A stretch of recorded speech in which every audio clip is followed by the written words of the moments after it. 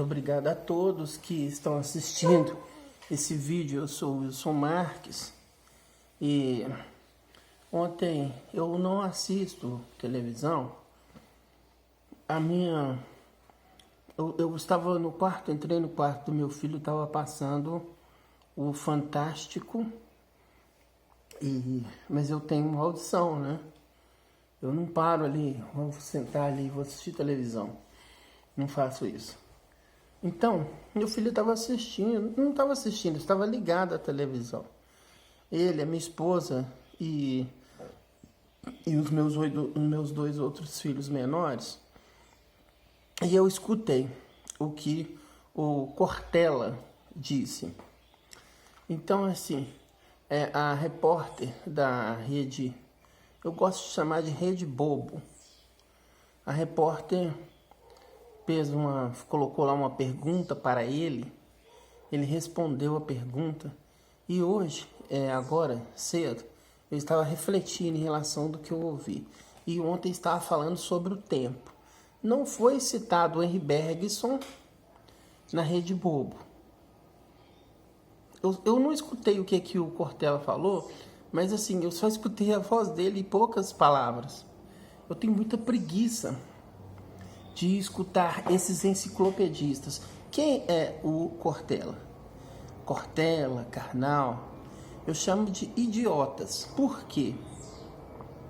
Idios, do grego, é em si.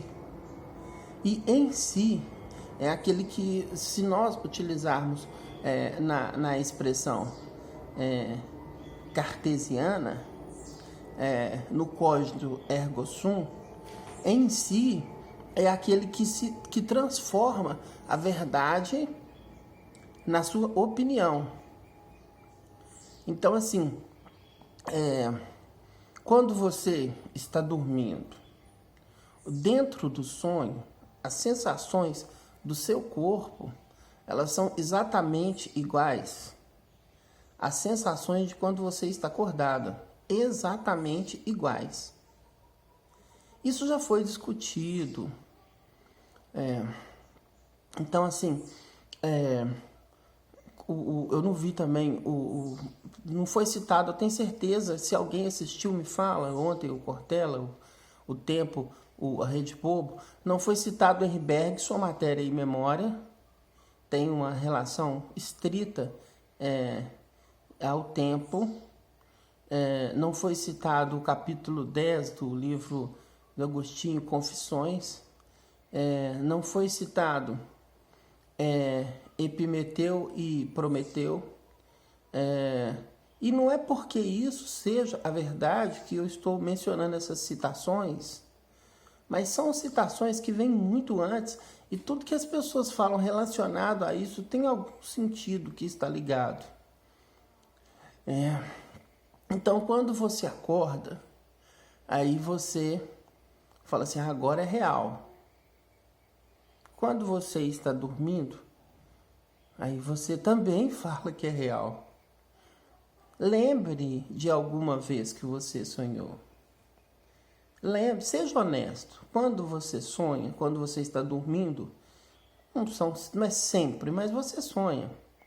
E quando você, naquele período, naquela expressão lapso, ou naquela expressão cronos, ou naquela expressão tempo, ou naquele momento do seu sonho,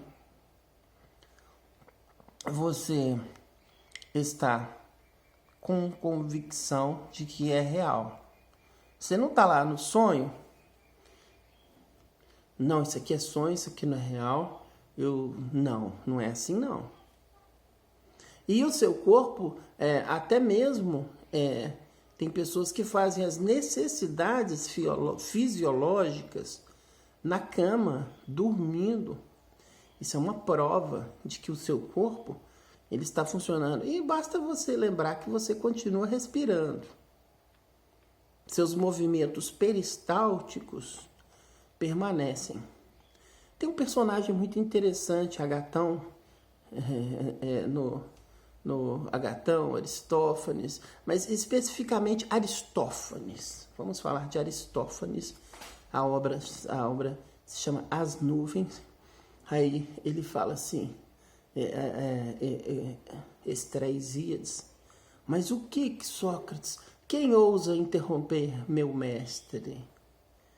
Eu preciso falar com Sócrates, preciso muito do grande Sócrates. Não é assim, você tem que e tal, ele está muito ocupado, ele não pode te atender. E ele se ocupa com o que exatamente? Olha, eu vou te citar algumas coisas. Um dia desse ele descobriu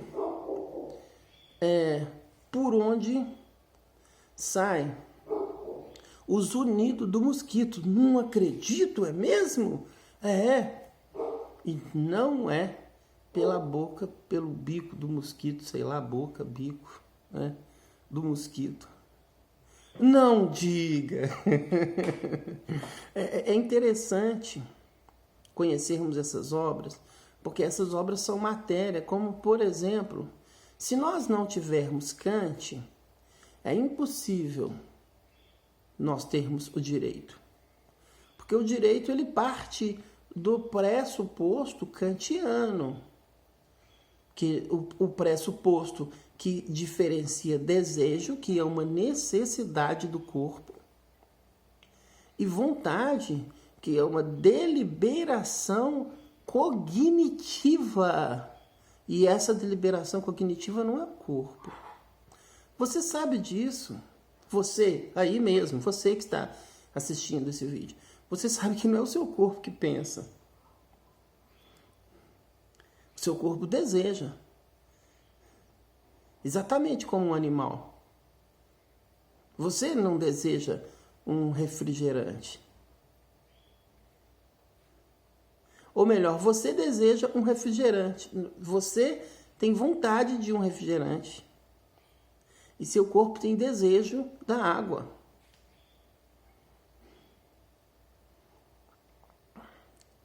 Essas pequenas passagens, elas são tão importantes.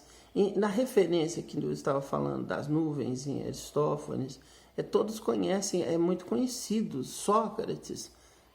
Porque, vamos pegar assim, a grande maioria das pessoas, eu vou ter que falar a respeito do pensamento. Pensar não é o silêncio e depois a apresentação de coisas que foram produzidas, mentais, palavras produzidas naquele silêncio. Isso não é pensar. Pensar é assim, se você pensa aí, se você pensa ou não, você que vai me responder se você pensa. Se o que passa pela sua cabeça eu tenho que comprar um pão, eu tenho que comprar um Prius Toyota, eu tenho que comprar aquela fazenda, eu tenho que comprar um chocolate, eu tenho que comprar uma máquina de alguma coisa lá, não sei de onde, da minha empresa, eu tenho que comprar o cartão do ônibus, do metrô, eu tenho que comprar a roupa do Papai Noel para enganar as criancinhas, falando que existe um vezinho bonzinho, e enfim. Se o que passa pela sua cabeça são coisas relacionadas a esse mundo, então você não pensa. Quem disse isso não foi eu. Se você fica chateado comigo, você está me falando que eu não penso, você está me falando que eu sou um cortela, um carnal, um idiota. É exatamente isso que eu estou dizendo. Mas qual que é a base de eu dizer isso? Platão. Então, Platão apresenta 3 almas. A alma, vamos falar assim, qual que é a ideia grega? Existe um logos, isso é divino. Você pode perceber que não existe nenhum equipamento melhor para dobrar do que o joelho. Você pode perceber que não existe nenhum equipamento melhor para enxergar do que uma retina. Isso não sou eu que estou falando, isso é grego. Então, essas coisas, como é que esse coisa foi parar aí, esse tal de retina? Por que esse tal de retina não parou lá na ponta do meu pé e aqui na retina tivesse um dedo? Por quê? Então tem alguma coisa que decidiu isso. E isso é o que nós chamamos de colapso da função de onda. Porque todas as coisas são ondas. Platão afirmou isso antes de Max Planck, da mecânica quântica. Platão afirmou o que nós chamamos de arquétipos. E isso também foi afirmado por Friedrich Nietzsche.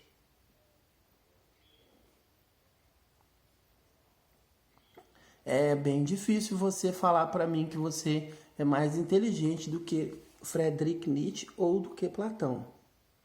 Se você for, apresente-se, porque no mundo eu conheço alguém inteligente tanto quanto Friedrich Nietzsche, tanto quanto Platão. Eu conheço, não pessoalmente. É o meu professor, Hélio Couto. Vivo, não tem ser humano mais inteligente que o professor Hélio Couto. Por quê? Porque ele colapsa a função de onda. Isso é mecânica quântica.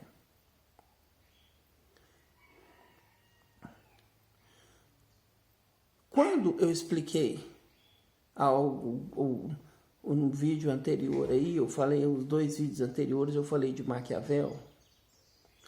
Então, Maquiavel é assim, olha, você quer ser feliz? Maravilha! Acredite que a política ela é feita para a gestão da sociedade. Acredite que o político tem por finalidade o benefício do próximo, das pessoas. Aí você vai encontrar qualquer pessoa que você perguntar, aí faz um teste. Ô mãe, você gosta de política? Não, meu filho, não quero isso não.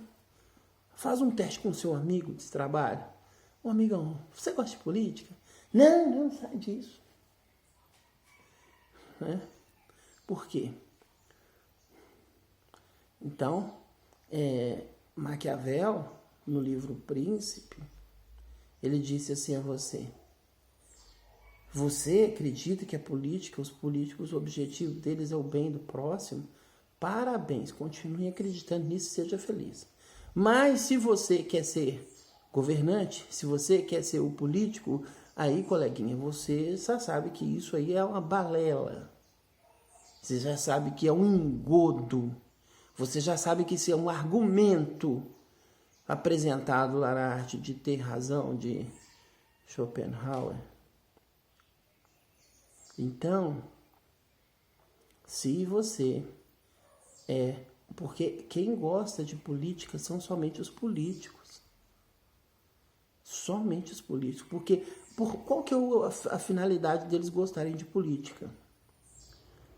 Qual que é a finalidade de um juiz, ele ter estudado tantos anos, feito ali tanto tempo de advocacia, ter estudado 20 anos da sua vida para poder chegar nesse cargo de juiz? Qual que é a finalidade dele? É a vontade de poder de Friedrich Nietzsche. O Nietzsche disse assim, que são forças reativas e ativas. As forças reativas, elas são os fracos que montam as regras. É o poder judiciário, é o poder executivo, é o poder legislativo, é a deontologia, é o código de medicina, é o código de ética. Porque hoje, dentro do código de ética da sociedade, prostituta é uma profissão. Então, isso está dentro do código de ética. Quando eu tenho 45, eu não sei exatamente quando que virou profissão a prostituta, parece que tem 2, 3 anos. Antigamente chamava de puta, né? Tinha puta e tinha vagabunda. A vagabunda, ela dá de graça, ela não cobra. E a puta cobra. Só que agora não chama mais puta, chama-se meretriz ou prostituta. É a profissão dela, Ela aluga a parte genital do corpo dela e todas as partes para você. Qualquer um, homem, mulher, fazer o que quiser. Se um macaco chegar com uma nota de R$ 200, a prostituta... Você tem a nota de 200, macaco? Tem, então entra aí. Então, funciona assim. E isso é ética. Se você é casado, se você é homem ou se você é mulher, se você for mulher, seu marido pode ir lá. Eu tenho um amigo que ele tem um amigo que o amigo dele tem uma esposa muito bonita, muito bonita. Trabalha na loja Brooksfield e ele trabalha no BH Shopping. O rapaz é jovem, né? Jovem, tudo jovem é bom, né? Quando eu era jovem eu era lindo. Hoje eu tenho 45 anos. Não posso falar assim que eu sou lindo, né?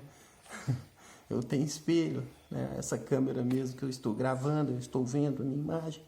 E eu não vou falar a respeito da estética, porque beleza é só um acordo estético, estereótipo, um estereotipo. Então esse amigo do meu amigo, ele falou assim, olha, eu vou lá hoje nas meninas. Tá lá, eu pago ali rapidinho, fico ali, como qualquer coisa lá e é gostoso variar e tal. E a esposa dele fala assim, beleza. Ele vai lá, a casa de meretrizes ou de prostitutas, né? E paga um serviço. Eu não sei se elas emitem nota fiscal, isso eu não sei ainda, né? Mas isso é normal e a esposa dele aceita isso. Não sabemos se a esposa dele tem o mesmo, porque deve ter um prostíbulo de homens também, não sei se tem. A esposa dele talvez está indo lá ao prostíbulo de homens, né? E alugando ali 3, 2, 4, 5 homens de uma vez para ela, eu não sei. Porque ele vai ali à Rua Guaicurus, Rua São Paulo, no centro de Belo Horizonte, e paga. Quem tem um pouquinho mais de dinheiro, sobe ali na Afonso Pena, né? É um pouquinho mais caro, mais selecionadas as profissionais da Afonso Pena. Nil Sagitários, né? Então, assim, e isso é ética. Então, ética é um acordo. Será que nós podemos fazer um acordo para podermos definir o que é tempo? Eu gosto de falar do acordo de Copenhague. Alguém vai falar assim, esse Wilson é bem abusado, né? Porque no acordo de Copenhague, Niels Bohr, ele falou assim, a física não tem por escopo o estudo de causas. A física observa somente os fenômenos. Por que Niels Bohr falou isso? É porque o Amit Goswami, ele não aceitou o acordo de Niels Bohr e seguiu o estudo da física. E ele é o maior expoente do mundo de física. Hoje está vivo. Ele tinha uma cátedra na faculdade de Calcutá, na Índia. E hoje os livros dele são encontrados entre os livros religiosos. Por quê? Porque é um acordo. Os físicos, olha, se descobrirem o que esse Amit Goswami está falando, nós estamos enrolados, que não vai dar mais para nós ficarmos mentindo para as pessoas. Movimento retilíneo uniforme, movimento retilíneo uniformemente variado, movimento retilíneo uniforme retardado. Não vai dar para continuar, porque é isso que aprendem as pessoas, as crianças do 2º grau. E tudo é montado para as pessoas não entenderem. Ensinam para as crianças tudo. Só não ensinam a verdade.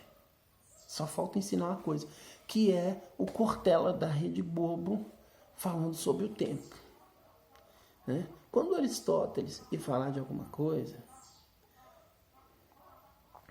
Aristóteles reunia todos que haviam falado tudo sobre essa coisa que ele ia falar. Ele fazia uma apreciação dessas ideias E depois ele falava a conclusão dele. Aí você não vai falar para mim que o Cortella é mais inteligente que Aristóteles. Se você falar isso, significa que você nem sabe o que é inteligência, nem sabe o que é Cortella e nem sabe o que é Aristóteles, muito menos filosofia. Eu abri aqui uma discussão diferente, né? Eu fiz uma proposta, vamos fazer aí, descobrir quem que é o homem mais inteligente do mundo. Eu digo que o professor Hélio Couto é o homem mais inteligente do mundo. E depois dele, Wilson, é claro que sou eu. É chato isso, mas eu tenho que ser cartesiano nesse momento. Eu tenho que duvidar, eu tenho que cogitar. E só por isso eu sou, porque eu cogito. Será que uma galinha ela cogita? A galinha, ela sabe fazer o colapso da função de onda? Será que Epimeteu, de fato, entregou a astúcia para você? Se você terceiriza o seu pensamento, você não pode ter astúcia que Epimeteu roubou de Atena. Você não tem astúcia. Se você tem, você não utiliza. Porque é assim, as pessoas terceirizam o pensamento. Tudo que eu estou falando aqui não está certo, está tudo errado para você, mas para mim está tudo certo. E só válido para mim. Eu garanto que eu estou falando tudo aqui errado. Por quê? Porque é idiosincrático. Você tem que falar. E o que você falar é real. E esse é o cogito ergo sum. Não é aquele que, eu acredito ali no que meu pastor falou, porque ele é muito bom para mim, no meu santinho lá da igreja, no vozinho ali da Umbanda.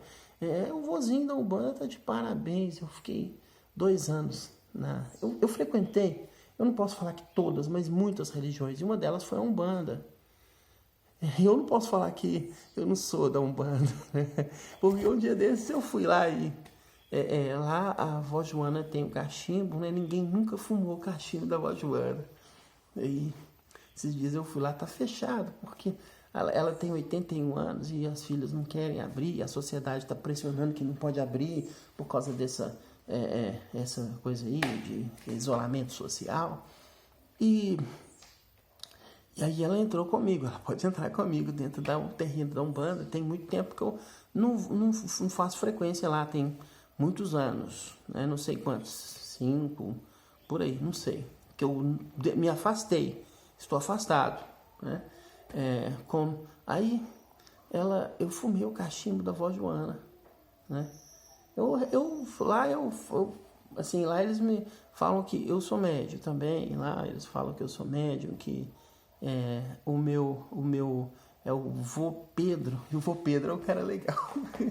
Eu já atendi, já fiquei lá e tal.